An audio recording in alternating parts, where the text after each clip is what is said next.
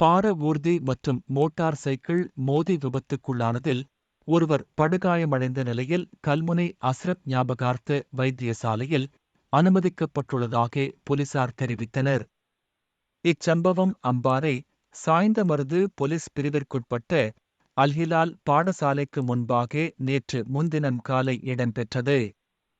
குறித்த இரு வாகனங்களும் நேருக்கு நேர் மோதியுள்ளதுடன் மோட்டார் சைக்கிளில் பயணம் செய்து சம்மாந்துறை பகுதியைச் சேர்ந்த குடும்பஸ்தர் இவ்விபத்தில் படுகாயமடைந்த நிலையில் கல்முனை அஸ்ரப் ஞாபகார்த்த வைத்தியசாலையில் அனுமதிக்கப்பட்டுள்ளதாக போலீஸ் ஆரம்ப கட்ட விசாரணையில் தெரியவந்துள்ளது.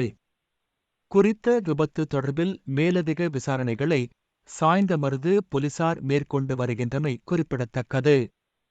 குறித்த விபத்தில் படுகாயமடைந்த நபர் உயிரிழந்துள்ளதாக சமூக வலைத்தளங்களில் பகிரப்படும் செய்தி உண்மைக்கு புறம்பானது என சாய்ந்தமருது போலீசார் தெரிவித்தனர்.